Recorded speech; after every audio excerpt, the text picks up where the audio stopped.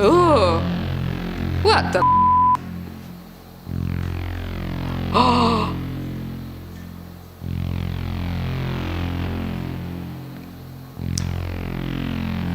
What the heck's that?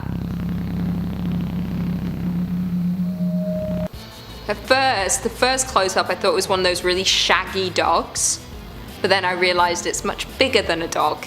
That looks like nothing I've ever seen before, but it does not surprise me because the ocean, everyone knows how I feel about the ocean, it houses many things, very scary, and we've only explored around 10% of the ocean, so we don't know what is in there. Most of the ocean we can't even get to, it's too deep, explode.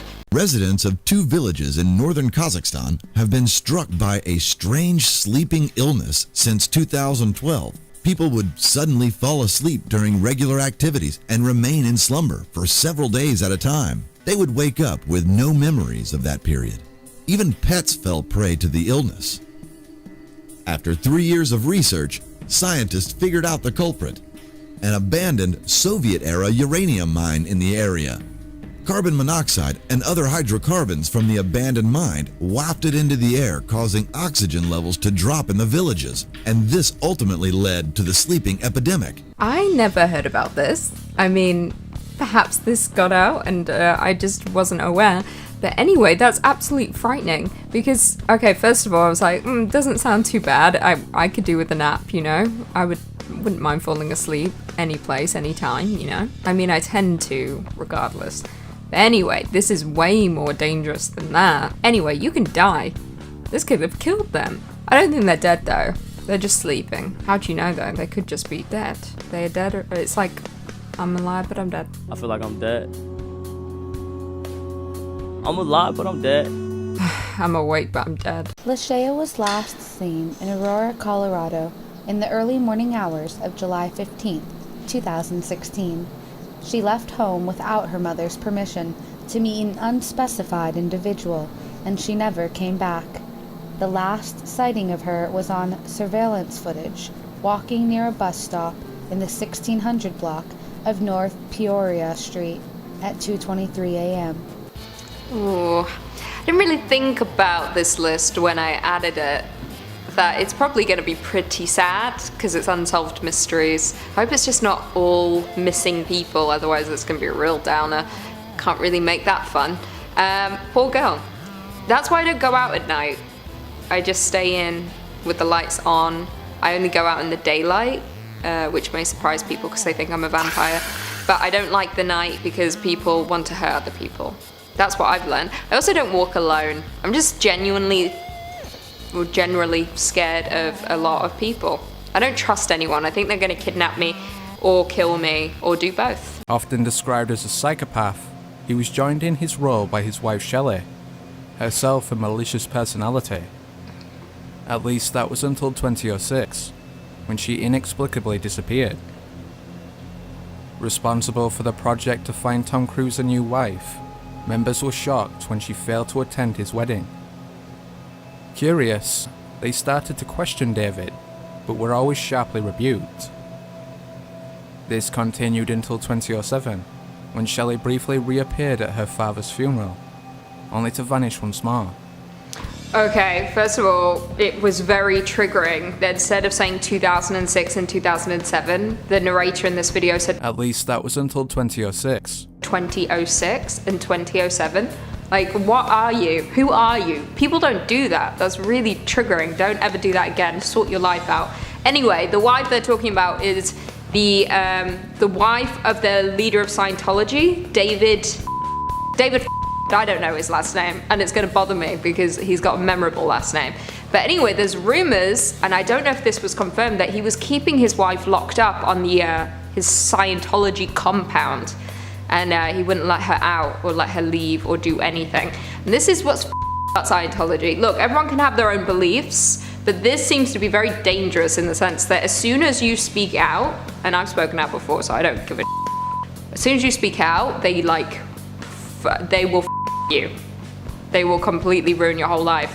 And everyone should watch that Leah Remini documentary about Scientology, because she was in it and then she left and then they destroyed her. For close to 40 years, the most peculiar thing has been washing up Brittany's beaches. Over and over again, locals have stumbled across bright orange, novelty Garfield telephones. Sometimes they're merely fragments and sometimes they're fully intact. Either way, it's a little weird, that's for sure.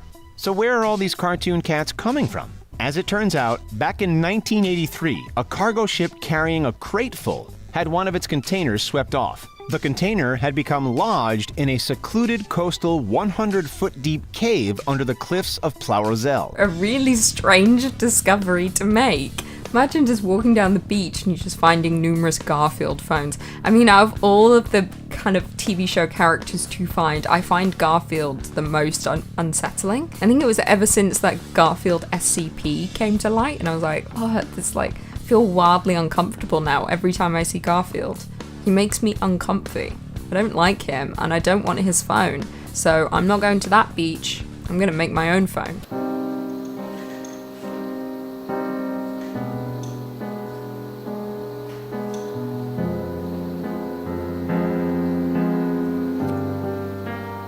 Hold on. That was a glitch in the Matrix.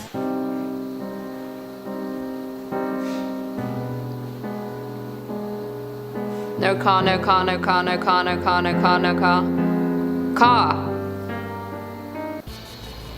That was a glitch in the Matrix. Did you see that coming, Chris? No. It came out of nowhere. That was a time-traveling car. It came from a different dimension. Can confirm. The log described how one of the keepers wouldn't talk, and the other continuously cried for hours. All this pain and fear seemed to be coming from what was referred to as a powerful storm looming in the distance. However, this begs the question, why were they so scared of a simple storm? They should have been safe in the brand new lighthouse, right? The log goes on to talk about how they all sat close together and prayed for the storm to be over. The final log states, "The storm has passed, the skies are calm, and God is over all."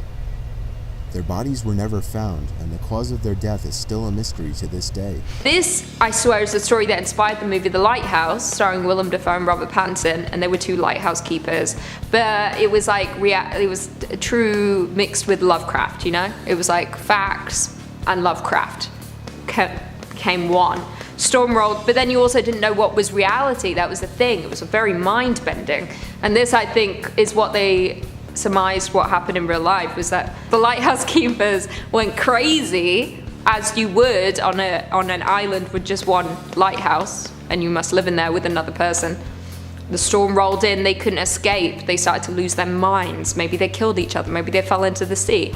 Who knows? Sea monsters are a hot topic online, and what country is better known for them than Japan? Well, in 1977, a carcass of a sea monster was discovered by a Japanese fishing vessel in the sea. The fishermen caught the dragon-looking creature and took this photograph. However, they had to dump it back in the water as to not spoil the fish they were catching.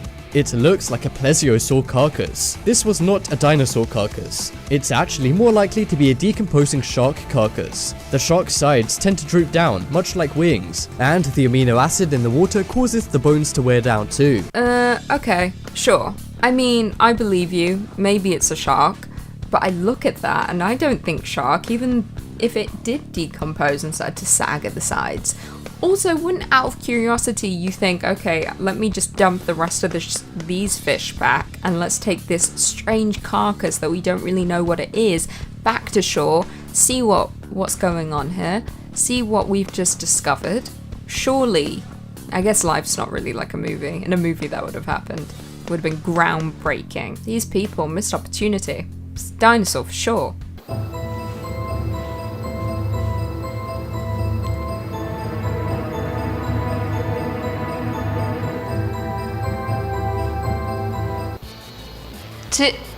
Sometimes I blink and I miss things.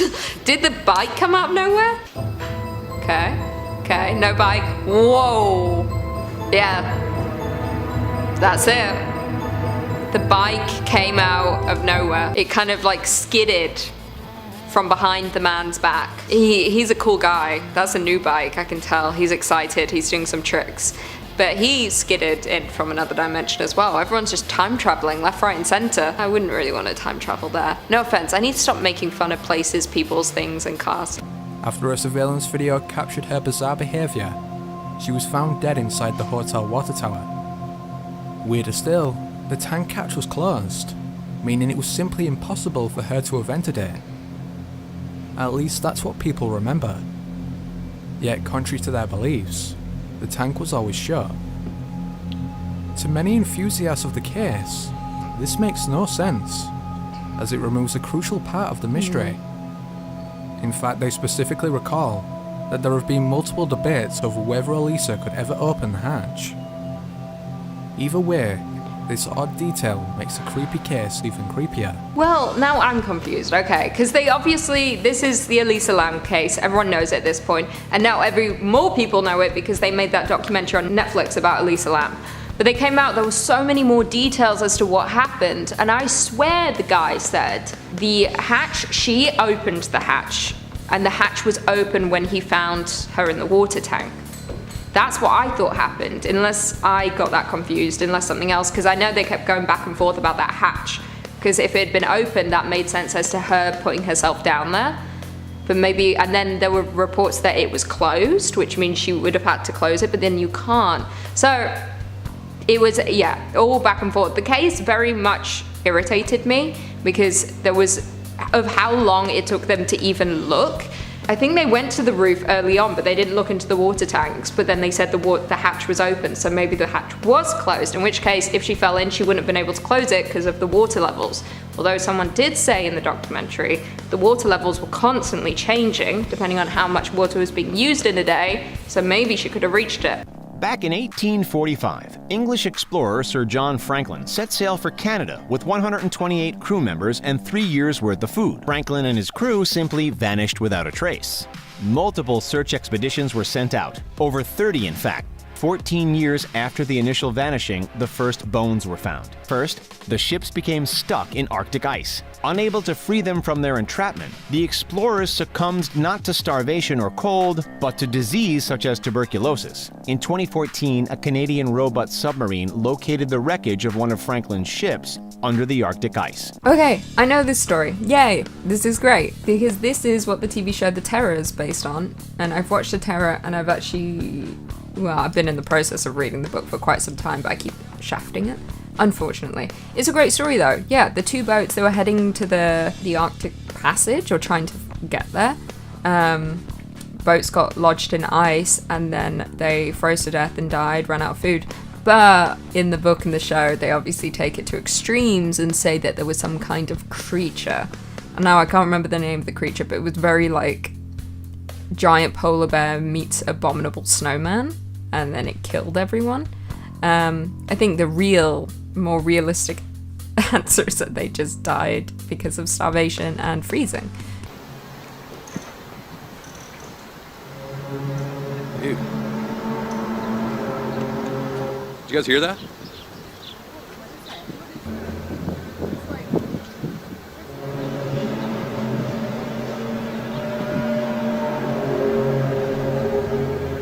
It's weird. I've never heard anything like that before. Oh, that was a big one. These are some of the worst actors I've ever seen in my whole entire life. This is the biggest load of heard. That's added in post. I know that for a fact. Also, if you were hearing that sound, you'd be flipping the out. I would be like on the ground in a fetal position because bombs are about to drop. Like, that's what I'd be thinking. And no sign of how or why the man died, though they believed he had been poisoned. There were also no clues to the man's identity because, strangely, not only was he missing identification, all the tags in his clothing had been cut out. Authorities did, however, find a cryptic note secretly sewn into his clothes, the Persian phrase, Taman Shud, which means finished. It had been torn out of an 11th century book of poetry entitled The Rubaiyat of Omar Khayyam. The book was later found, and inside was some kind of encoded message using a cipher that still hasn't been broken. There was also a phone number, which turned out to belong to a woman who lived nearby, and who swore she didn't know the man at all. This is the most elaborate scheme of all time. This is like the Zodiac Killer. Same kind of vibes, you know? cryptic messages that people are still trying to decipher. Did we figure out who the Zodiac Killer was? Yeah. No. But yeah, that's that same kind of vibe. But why would you go to these elaborate lengths, rip out all your clothing or tags in your clothing, and then put cryptic messages in there? Or not even cryptic messages, a message that leads to a book, and you go to the book, and then there's another message, and then you've got to decipher that message, and for what? What are we gonna figure out? Maybe this is the Zodiac Killer. Years, dozens of planes and ships carrying thousands of people are lost in an area of the sea named the Bermuda Triangle. It's commonly thought that it's unknown what the reason for this is. A popular theory is alien abduction, as UFOs are sometimes reported by plane pilots before they vanish. So it can't be that. Well, little known research has concluded the real truth behind the Bermuda Triangle. The area actually has lots of air bubbles in the water. These can grow to massive sizes and then pop, destroying planes and ships alike. And of course, making them sink or fall to the depths of the waters. And as for the UFO reports, the UFOs are likely just the bubbles rising into the air. Interesting. I actually didn't know there was a reason as to why people disappeared over the triangle. I just thought it was all theory, and I thought it was actually speculation that that's exactly where they disappeared. Air bubbles. I didn't even know that. I didn't know that that could cause disappearances into the ocean. I still think something great is at play here. Again, I'm going to circle right back to the movie Triangle. It's for sure, like, it's legit. The Triangle's about the Bermuda Triangle, and then there was a haunted cruise ship. There was a cruise ship! Oh my god, it all connects. All these unsolved mysteries that are now finally solved connect. There was a cruise ship, Bermuda Triangle, death. It was amazing.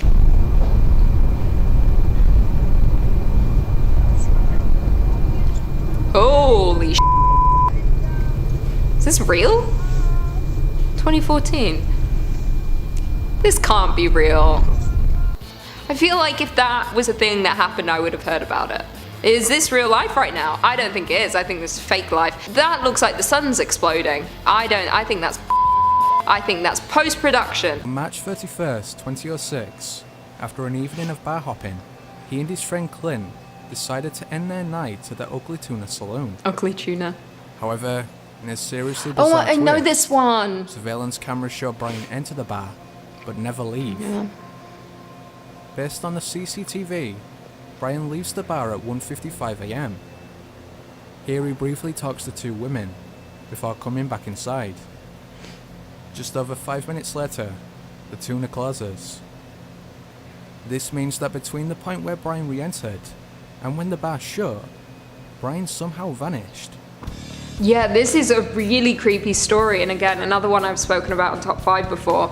This guy comes into a bar, he's there with people, and then he never leaves, and then he just vanishes inside his bar. But there could be many reasons. There could be a back door, maybe he went out a back door, or that someone killed him and hid him.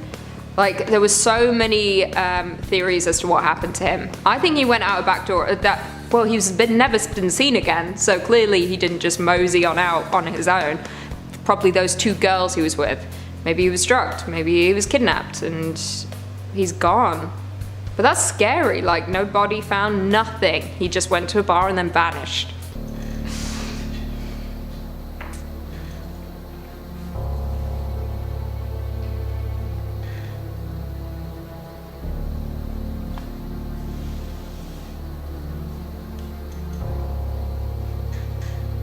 Ooh.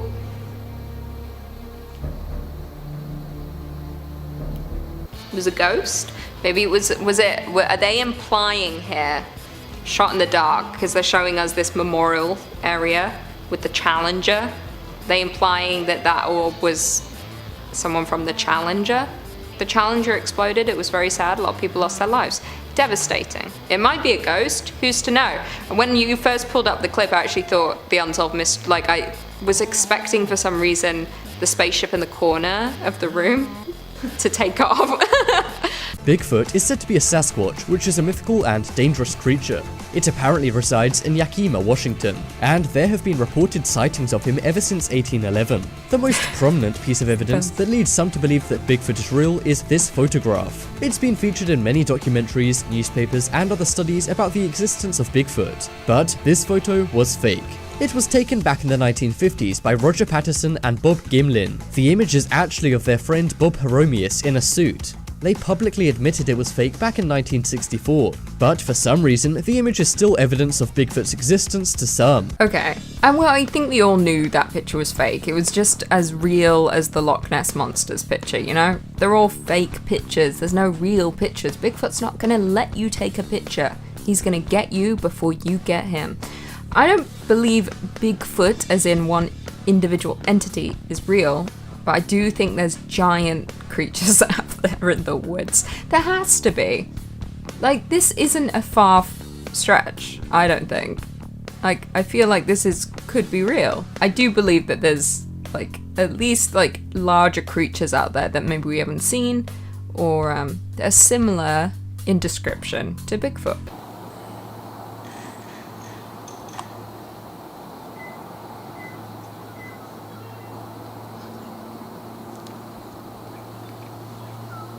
What is that?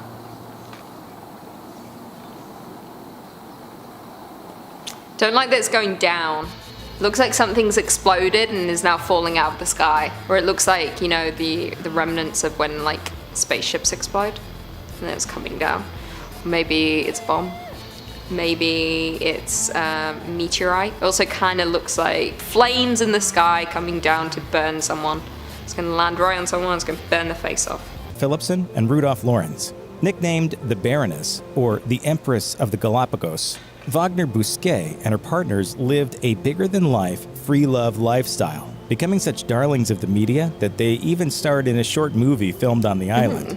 But the bliss didn't last. On March 27, 1934, the Baroness and Philipson disappeared. Lorenz told their neighbors that the pair had left the island for America after being picked up by a yacht belonging to friends. Not long after, Lorenz himself decided to leave the island and boarded a small boat manned by a Norwegian fisherman. None of them were ever seen alive again. What? Okay. None of them were ever seen alive again. Everyone just left the island. Oh, Lawrence for sure killed them, because he's the one that was like, they left, I swear. But then he left on a boat going somewhere else, which means he killed them right before he dipped. Lawrence, never trust a Lawrence.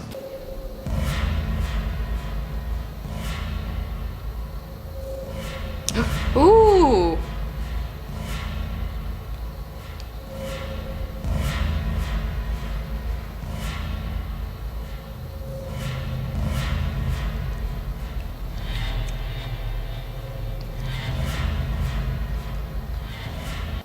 Now, we'll be honest with you guys, because you get angry when we react to clips we've reacted to before and then we pretend we haven't seen it before. I have seen this clip before. I reacted to it with Keegan just yesterday. He made some very inappropriate jokes about the shape of water and lovemaking. Anyway, that is some freaky real-life mermaid. I believe there's mermaids in the ocean. Not your typical, like, Ariel from The Little Mermaid, but like weird creatures that kind of look human but have webbed hands and feet, kind of like when Harry Potter transforms in Harry Potter and the Goblet of Fire when he's in the Triwizard Tournament. This ship is often referenced in popular culture. That is because it's one of the most puzzling and mysterious ships of all time. Since the 1700s, sailors have reported seeing a ship floating through the air. And thanks to this, the ship has been nicknamed the Flying Dutchman. Legend has it that the ghost ship is home to ghosts of anyone who has passed away at sea. But scientists have finally come up with an answer to this mystery. The sailors who see the Flying Dutchman are actually experiencing a mirage called Fata Morgana. It's an optical illusion that makes faraway ships appear to be floating, so really all the sailors are seeing are other ships. And it's simply an optical distortion that makes it look like they're floating. True, I feel like I've experienced this with my own two eyes. Not the Flying Dutchman. And also, wasn't the Flying Dutchman in... Oh, no. I was going to say, wasn't it in Pirates of the Caribbean? I'm quite literally thinking of the Black Pearl. Anyway, I've heard of the Flying Dutchman. It has appeared in, like, folktales. I feel like I've experienced that optical illusion. When I was home in Devon, one time, there were a lot of boats. And there was a cruise ship in the distance, and it looked like it was floating. But it wasn't, it was in the water. Or maybe it was the Flying Dutchman. Now I've really got to think about this. Maybe I saw a ghost ship. I hate this video. Makes me uncomfy. I don't like it. Looks...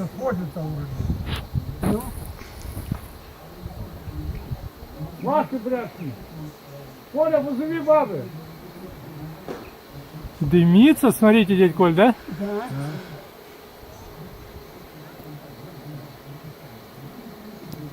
It's changing shape.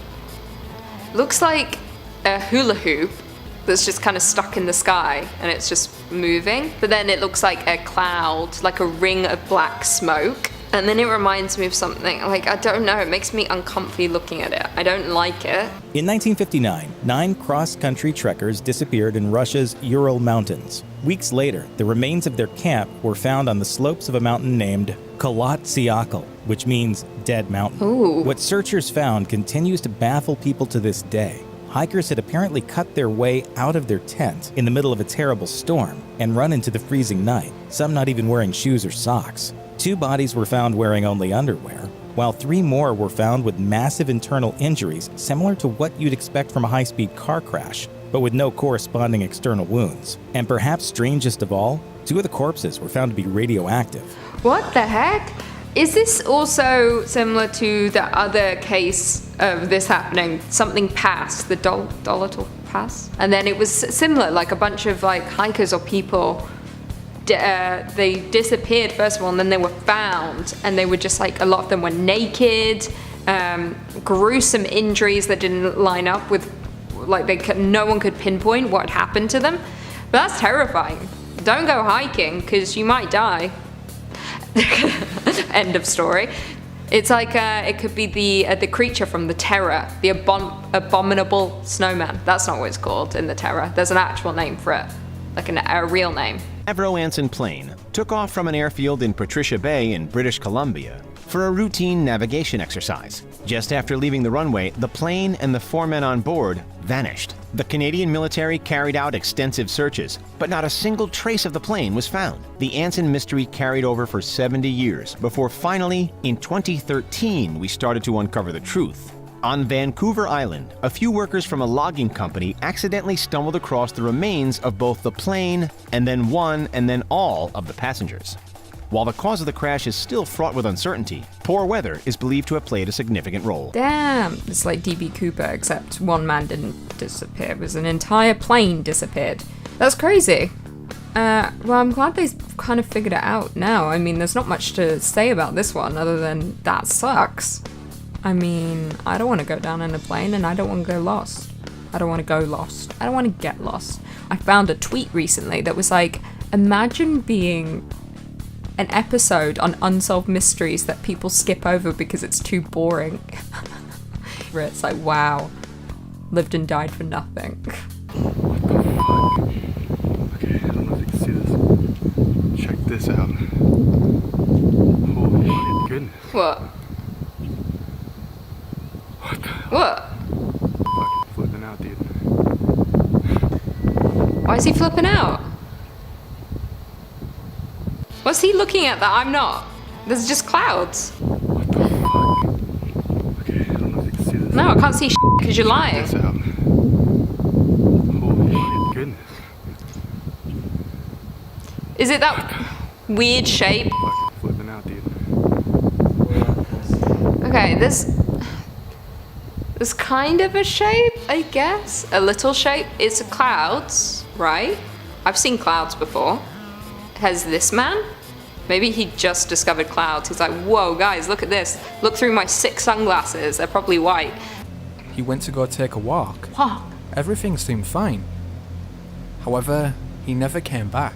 7 years later, and less than a mile away, his mummified body was discovered in the chimney of an old cabin. According to the man who found him, Chuck Morgan, the cabin had fallen into a state of disrepair. As such, he had taken to tearing it down, at which point he uncovered the body. Of course, everyone was puzzled, but the answer seemed clear. Maddox had accidentally fallen into the chimney. Huh? Okay, wait. When people say mummified, I genuinely think of mummification as the Egyptians did it, which is like being bound. So you need to be clear when you're saying a mummified body, because I'll think like, you know, they're wrapped in some bandages up in here. Anyway, this guy seems to have wandered off into the woods to play his guitar, maybe was on top of a roof and fell. People don't fall into chimneys. That just does not happen. How do you fall into a chimney? He must have intentionally tried to climb, or something else happened. But you don't just fall and get stuck in a chimney. How often does that happen? That's like 1 in a million. But that's awful. What a way to go. Just slowly dying in a chimney? Becoming a mummy? In areas of southern Africa and Western Australia, there are circular patches of barren land surrounded by grass resembling polka dots. Oh. Dubbed fairy circles, the locals believe that these are footprints of God or other divine beings. Scientists claim that the most acceptable explanation comes from a computer simulation that found that the rings can be explained by using insect colonies and plant behavior. The simulation pointed to a species of termites that colonized by constructing honeycomb patterns in these areas and feeding on roots of grass. It started fine and then it just proceeded to get worse and worse. Okay, our computer simulation said this, and I was like, simulation? So you're saying this is a simulation? Ha, life is fake, nothing's real, we're in a computer game. Well, it's not a game. And then they're like, just kidding, it's insects. Ugh. And the idea of insects creating all these tiny little holes in the ground because they're nesting, it makes me feel physically sick. Old Psychologist Emmett Welton was caught on video arriving back at his apartment complex in Phoenix, Arizona. Another young, unidentified man wearing a regular bright green hat was in the passenger seat. They got out of the vehicle and walked into the building, where they were seen again on a different camera.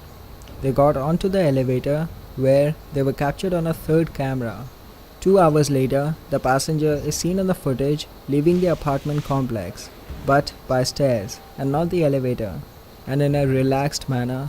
Do I not get the end? Someone tell me. So the other guy died, the psychologist. Okay, fan theory. Maybe it was a psychologist and his patient. Maybe his patient killed him. It was very much like the Sixth Sense kind of business. That's what happens at the beginning of the Sixth Sense for those who haven't seen it. He's dead the whole time and his patient kills him. That's sad that he died. I would like the end. I don't like when I just get a little snippet of information, then I don't know the end of the story. It's like, is this guy caught? What happened? How did the other guy die? What went down in that apartment? Who's to know? But I bet it's a psychologist and the patient. The patient just killed him. In May of 1937, the hype around the Hindenburg airship was huge, but Ooh, sadly failed miserably, exploding into uncontrollable flames in midair before crashing back down to Earth. Of the 100 people on board, 35 never made it out. Scientists had a number of theories, including lightning, explosive paint properties, and the possibility of a bomb on board. A team of experts came to the conclusion that either a faulty gas valve or a broken wire caused hydrogen to leak into the ventilation shafts. Meanwhile, the entire airship had been charged with static electricity from a thunderstorm. The static caused a spark, which ignited the leaked hydrogen and ultimately proved to be the disaster's catalyst. It's very sad, especially if people died on board. That's definitely not the most ideal. This also reminds me of Bioshock, if anyone played that game, or Bioshock Infinite. But I'm not sad that those things don't exist because they're really, I feel the same way about hot air balloons. I find things like that very unsettling, and I don't know why. First of all, that is way too big, and if I saw that just floating, like blimps, I feel the same way about blimps. Too big, stop floating near me. Go float away, float away. So I'm not too upset that this is not a thing that we deal with in life,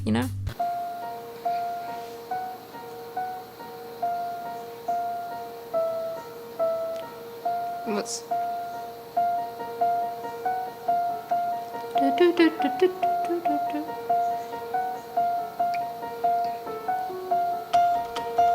Oh, what the Where'd that gate come from?